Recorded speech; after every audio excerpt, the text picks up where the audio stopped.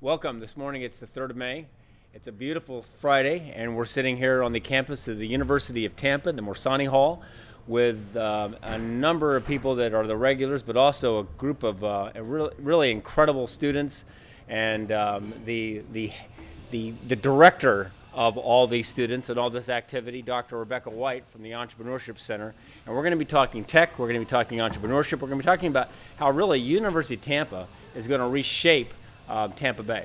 And I've been hearing some incredible things from some amazing students that you're going to get to see, and we hope that you'll watch, exchange some ideas back and forth later on as we ask you to connect with us. And but let's start, and I'm just going to kind of go around the table so everyone can introduce themselves, and then we'll get right into the conversation. We'll start with you, Joy. Hi, I'm Joy Randalls, and I'm a serial entrepreneur.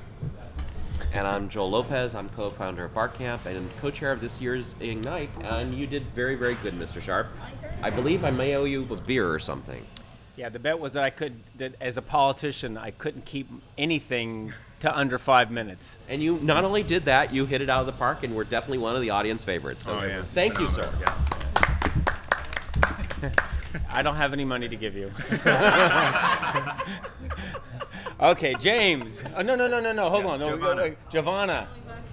I'm Giovanna Williams with Createch at USF. Great. Tyler Richford at Brannigan Humphreys, an attorney and a hacker by trade. Thank you, Tyler. I'm James Zabrowski. I'm the president of UT Entrepreneurs, our on-campus student organization for entrepreneurship. I'm Dave Wostocki. I'm a student at UT and also the VP of Community Development for UT Entrepreneurs. I'm Rebecca White. I'm the Walter Chair of Entrepreneurship and the Director of the Entrepreneurship Center here at the University of Tampa. And I'm Ken Evans, tech community troublemaker. And I'm Stephanie Savetic. I'm with Hillsborough County Economic Development, working on the EDI2 initiative. We got a great table. Okay, James. Yes. Well, first, I want to go to James, but I really do want to go to Dr. Rebecca White, who is an amazing person that we were able to snatch from another state, bring her down here, and she's been heading up the Entrepreneurship Center. Dr. White, could you talk to us just a little bit about what you do, the Entrepreneurship Center, some of these students, and then we'll let the students take over. Sure, absolutely. Thank you, Mark, and thank you for coming on the campus this morning. We're very proud of our students here. The University of Tampa is very unique in that it's right here in the center of Tampa Bay, but it brings about 7,000 students to campus every year, the majority of whom are from out of the Tampa Bay area, but many of them want to stay here. So a big part of my goal is to prepare them to live and work and live an entrepreneurial life, and we hope that's going to be in Tampa Bay. So we have academic programs, we offer courses, we offer undergraduate and graduate degrees. We have programs outside of class where students actually practice what they're learning in class and start businesses. And we have some really exciting alum who are already out there doing some great things. Some of them, unfortunately, have gone elsewhere because they couldn't always find what they needed here. So a big part of what we need to do is make sure that we connect them, I think. And some of them are staying right here. So, we've got some great examples here for you to talk to today, but we're really excited. We're building what we believe, it's already nationally recognized, but a top-ranked program, and we want to contribute and give back to the community and really be a part of this entrepreneurial ecosystem here. Well, you've given back. I mean, you look at the footprint of the University of Tampa and what it's done for this area, and how now what you're seeing, even just off between, you look at Willow and Boulevard on Kennedy Boulevard, and how the students are everywhere. And there's a lot of excitement and enthusiasm, and you're seeing it in the buildings and the facilities, not just the UT facilities, but just all along Kennedy now. There's a new pride, and I really credit the University of Tampa with that. Yeah, I think there is, and I would add that we're even outside of that area. I know biotech is important to this community, and we have a great partnership with our graduate students where they write business plans and give investor presentations to Moffitt Cancer Center. They work with the scientists there that are developing new diagnostics, new pharmaceuticals, new devices.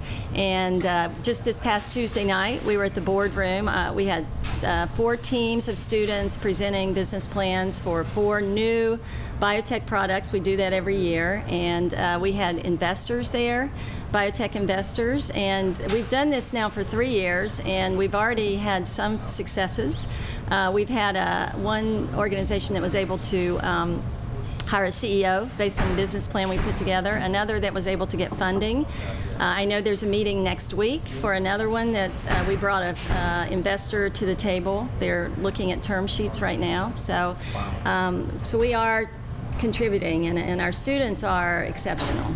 And I think it's a secret in Tampa Bay sometimes. So I want to be a voice that gets the word out there about how great our students are. You're a great voice for that. And you know, there's a conference, or several. You've got the health camp, which is going to take place on the campus of the University of South Florida on the 10th of May. And talking about secrets, we didn't know that you were having that, and Yes. so we're inviting you now, and very much should continue a collaboration in that vein. Yes, Right. exactly. That's exciting. We also have MetaFuture 2023, which is a collaborative, but being hosted at the Camels facility by the Economic Development Corporation. And we're talking about medical transformation and how that can change the dynamic of Tampa Bay. So really a lot of exciting things, and UT's right at the center of it all. James. Commissioner Sharp. First, I'd like to thank Dr. White, because if it weren't for Dr. White and the autonomy that she gives us, I'm so serious. She gives us definitely a lot of strength within the university, and it helps a lot with everything that we're trying to do. But like I mentioned earlier, I'm the president of UT Entrepreneurs. So what we do on campus, we try to help students acknowledge their entrepreneurial notion. And we do that through a couple of events. Our largest is the Southeast Entrepreneurship Conference, which I'm sure all of you are aware of. This past year, SEEK brought over 200 students nationwide down to the University of Tampa. It's a 2-day event. We host a business pitch competition, and we also have some keynote speakers such as Jeff Hoffman, the founder of Priceline.com, Richard Gonsmart, and Nick Peterson. So we had a very successful SEEK conference, looking to grow that, looking to expand into the Tampa community. But also some of the programs that Dr. White did not mention, and some that are starting to really take off in our center. One in particular is our Spartan Accelerator program. So what that does is that gives students with a viable business opportunity and a viable business plan to pitch their idea, and we provide consulting and mentors for those students. And it really is a great way for the students to kind of interact and work with the community, essentially. And we also participate in pitch competitions. A lot of our members are heavily involved. In fact, David Wistocki actually participated in a few this year, and I'm hoping he's able to talk about his successes, because David has just kicked ass this year, so, to say the least. So congratulations, David. And that's all I have right now. I'm sure we'll be talking a little bit more. No, that's really cool. That's exciting. Yeah. I've had the opportunity to get to know James and been very impressed with him, and he's been meeting now with some of the consultants that the city of Tampa has hired to look at how they're going to kind of envision a new community. And it's part of the Envision project. And you know, Mark, one thing that's very important for the University of Tampa is to foster this idea of innovation, creativity, and entrepreneurship. So for us, it's very critical that we engage the friends across the river, and we tap into our resources, because we don't want our students leaving. We want to stay. We love Tampa. We just need a reason to. So. Well, that's, the agenda that we at the county and the city have is to tap into your resources. I mean, that's the objective here, is to tap, to use the wealth of ideas that you bring to the table. And it really is a shame, because in the past, the University of Tampa, which is just this amazingly beautiful place, and if you're somewhere where it's cold and you're watching this for whatever reason, and you're thinking, I want to go to a great university where it's beautiful and the buildings are just amazing and the students are incredible, you want to come here. I mean, this place is, and the food, my gosh. I'm walking through thinking of the old Saga food that I had when I was at Florida State University. Wow, light years ahead here at the University of Tampa. David, why don't you tell us a little bit about yourself, your business concept, and why you're here? Sure. Thank you, Mark. So I have to echo what Dr. White said about kind of being a voice for UT. I've had the privilege of competing in a few competitions this year. So we ended up creating a business plan and submitting it to a competition called the Holt Prize. It's actually a social entrepreneurship competition where you come to the table with a bunch of other university students and develop an idea based on a social issue. So this year was the food crisis, the global food crisis. And we had the specific goal of feeding 200 million people in urban slums by 2018. So we developed a concept that put aquaponics, which is hydroponics and aquaculture. It's fish farming and creating growing plants without any soil using water flow. And we put that inside of a shipping container, and we're planning to mass produce it and then distribute these containers around the world. So you're really going to do this? Yes. So we've competed in 3 competitions, one of which has been here at UT, and have done very well in all. What's amazing about this journey is the amount of support we've gotten from the community, particularly in Tampa. The collaboration that we've been able to have with UT, USF, HCC, we've crossed all borders, and there's this huge growing social entrepreneurship movement even in Tampa that I had no idea about. But this opportunity and this journey exposed me to it. I'm very excited for what's going on here, and it's amazing because I never knew what was here until I just stepped out and found it. David has actually won some prize money, but they are looking for help to build their prototype. Right. Can we give him a chance to Absolutely. 30-second pitch on what they need please. to get to the next step? So our upcoming milestones, obviously we need to get with a system of engineers. We've been working with some pro bono labor on campus trying to create a mock-up, but we really need an engineering team to move us forward. We need an engineering team, we need prototype money, and then we're actually looking to go to Haiti. We have a bunch of emails just sitting in our inbox of partners in Haiti. They want us to go there and have these conversations with them and move forward. And a contract potentially. And a contract potentially with a huge foundation there. So we're just waiting for the money to move forward. And this is a How much, when you say money to move forward, how much are we talking about? We're looking about 20 grand for the actual engineering, the actual system. For the prototype, we're assuming about 50K. We can probably drop it to about 30, but we want to obviously leave some room for some trial and error with the actual prototype. What's the primary engineering focus that you need help with? Really understanding the electrical components of it. So there's solar panels on top that we're going to have to implement. There's going to be pumps inside. We actually have to also create pallet racking that allows for an IBC, which is an intermediate bulk container, to go underneath that houses all the fish. We need grow beds to go along the sides of the container on the inside. So there's some just. I'm not an engineer, obviously. I'm an accounting entrepreneurship double major. So getting those components figured out. Electrical. So electrical, civil, mechanical. Civil, mechanical, and electrical. Yeah, civil, mechanical. Yeah.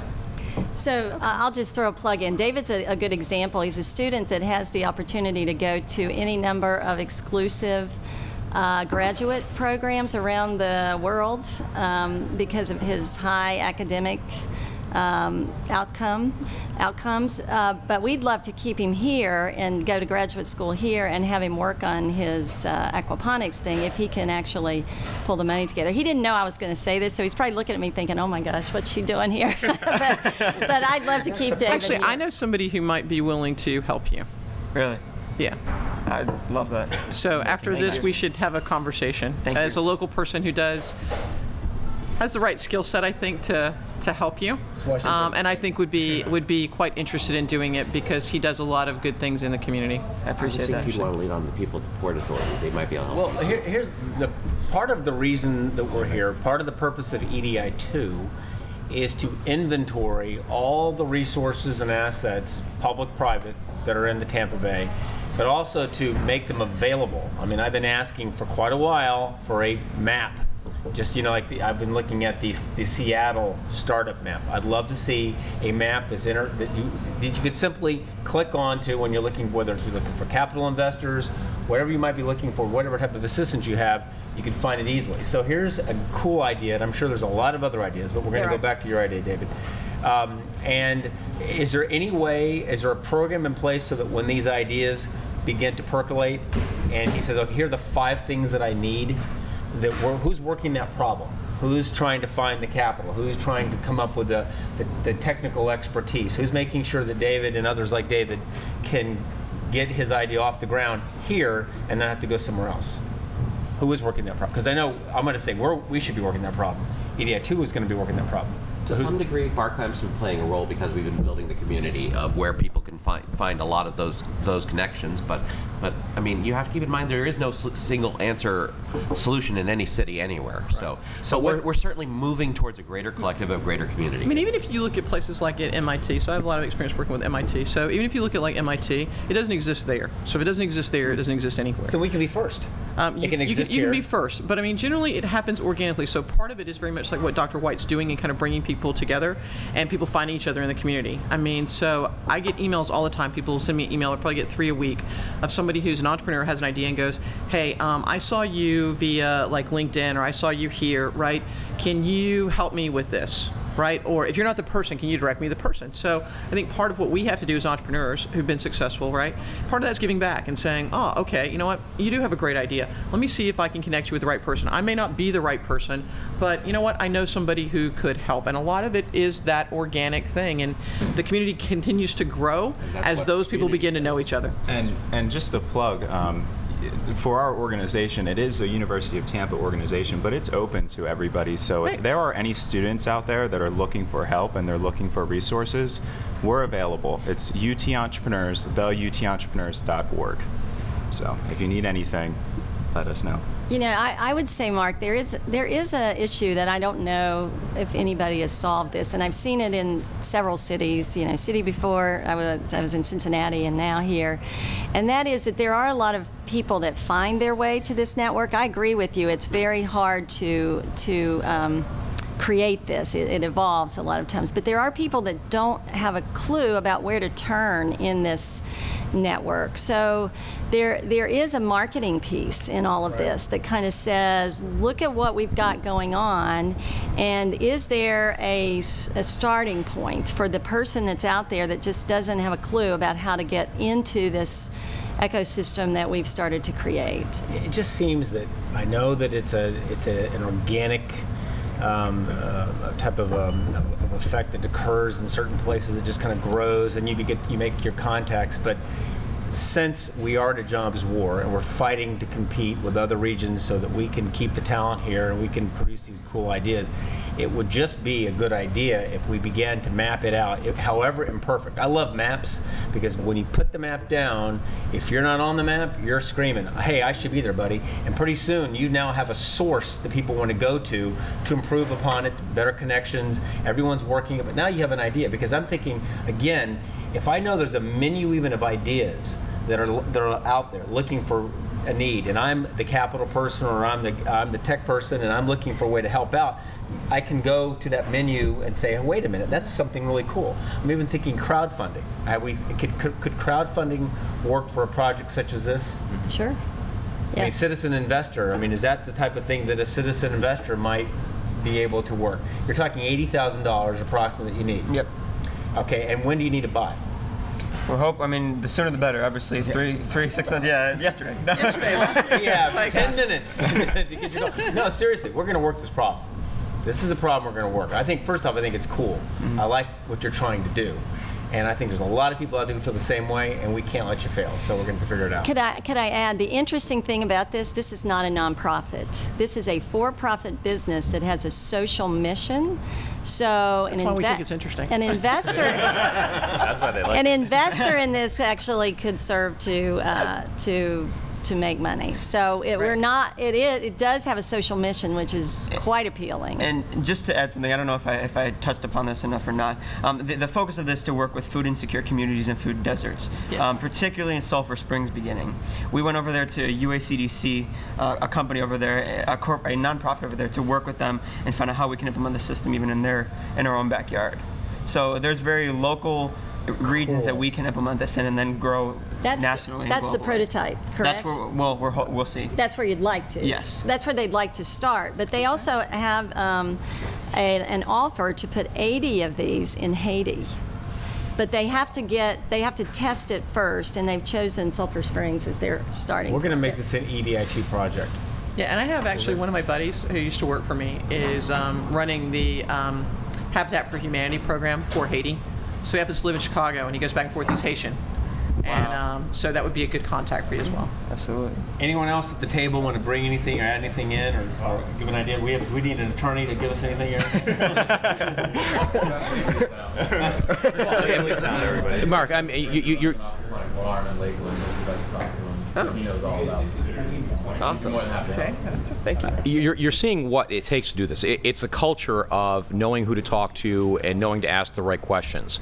So a lot of times, as we mature as a culture, we talk about what we have and maybe what we want, but not really what we need. And what was Joy's first question? What do you need to make that happen? It's not about cheerleading. Right. It's about asking the tough questions. It's about asking, what is it that you really need to get just that simple next step, to deliver that prototype, to prove the concept of what you're doing has viability. And that's where we get away from that traditional notion of we're all doing a great job to what do you need to make this happen? Back to that product culture, back to the solving problem culture that we've talked about in previous webcasts, is what are you building? What do you need to build just that next element? Now, if I had $20 million of venture capital, I would go out and get 3% of the population of China. Don't care about that. What do you need? What are you working on? And that's where the community can step in and say, I know somebody. So the Entrepreneurship Center kind of helps students like James and David and others come up with these ideas, or encourage them to come up with these ideas. And do you also help them as well? I mean, you talked about the Spartan Accelerator.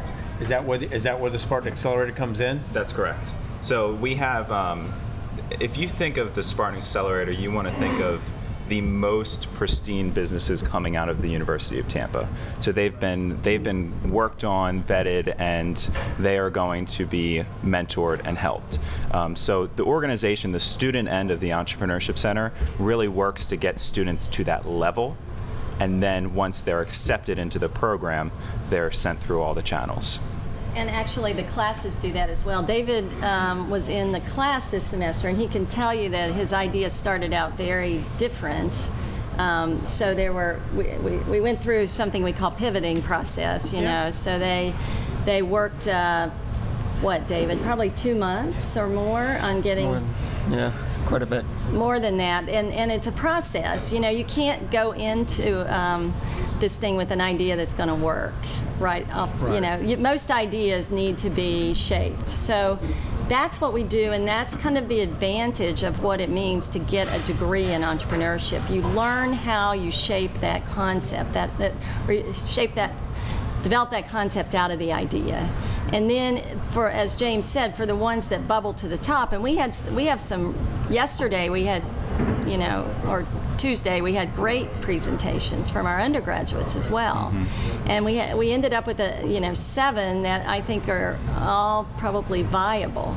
The question, not all of them will pursue that, but they have learned the process of taking an idea and shaping it, and then putting together all the pieces to develop a plan. And David and his team are very far down this path because they took this educational process seriously, and they competed. They competed in Boston. Was it in Boston with the Holt Prize? We went to Texas Christian University for a Values and Ventures competition, and then the competition here. And they're going to Hong Kong this summer. Yep. So they have with a sponsor. They have taken advantage. They have taken advantage of this, and their ideas really evolved. And through this process, they've done a lot of their own connections, but they've connected to a lot of people by doing things like this. David shows up. So not every student does that, but David shows up. He showed up to the Dean's Advisory Council. He showed up. He invited faculty from across campus to come and listen to his idea and got feedback. He presented at all these competitions, he and his team. And David is just one example, but that's kind of how it works. But that's a great example. So to your point, right? So showing up is half of the problem, right? So if you think about successful entrepreneurs, if there's one thing, right, over intelligence, over all the other things, it's perseverance. Perseverance will win over all else. And so believing in what you're doing and getting out there and just not taking no for an answer, that's the #1 skill. And that's exactly what's happened. And I think the UT Entrepreneurship program really teaches that. I think after these 4 years, I've grown and learned a mentality, a way of thinking and looking at the world. And going into this project with the intent of solving an issue. Whether or not the idea changes, I'm still solving an issue, and the fact of the matter is that I'm getting there, one way or another. Right. Well, our goal and objective is to make the Tampa Bay area the spot where young students and entrepreneurs and others say, you know what? It's great to talk about an idea, but I want to actually take this idea to fruition. And the thought has been, you got to go to Silicon Valley. Maybe go to, I was looking at the Silicon Alley, and then somewhere in Iowa. Everyone's got their, Silicon Alley in New York. We'll just call it Silicon Beach. This was, my wife we were coming up with names last night, but it's not the branding of a name. It's actually success. Mm-hmm. And what we want to be able to do is take this idea, David's, make James and David and the others who are here successful, so that students will say, Tampa Bay is the greatest place to be. University of Tampa, I can get it done. I can learn how to become an entrepreneur that's going to be very successful. And this region, which has been kind of a backwater for years when it comes to attracting the best and brightest, we're starting to see some gains. I mean, we're seeing it. We're becoming tech-wise. The Orlando-Tampa Bay corridor was recently ranked number 4 in the nation for the life sciences. So we're starting to grow. I've been hearing, NerdWallet has us, one of the best places to start a business. I'll take that. Forbes is starting to look at us. So good things are happening. Did you see that Forbes ranked us number 2 in the nation for young entrepreneurs to start a business? Right. These guys. We should all give ourselves a hand for that. That's awesome. That's absolutely incredible, and it's very exciting news. That's amazing. Yeah. I mean, listen, David, we're going to be tracking this one. I mean, part of what our job, the government, we're here to help you, is to kind of track and if we can't provide you the resources, connect you with those resources. Joy, that's why you should watch this, because here's someone who just says, I know someone who can fund this. So for no other reason, you got to watch or get involved, because we got people at the table who can get things done. And that's what we're doing. We're all of us together are building a community. All of us together are changing a community. EDI2 is playing a key role in going forward and changing a community and bringing people together and having a new culture that says, how can I help you? What are you looking for? How can I help you? What are you looking for? How can I help you? What are you looking for? And they're talking about real content. It's not a cocktail party about happiness, about, oh, we're happy and we just changed our brand. No, we're actually discussing, oh, you're looking for that? I know somebody. You're looking for that? I know somebody. These guys got to go take a test. So, right? You got to take a test? I do have to take an exam. Pass your test. All right. Go Spartans. Thank you so much. Awesome. We'll see you guys later. Thank you very much. Great job. Thank you. Good job.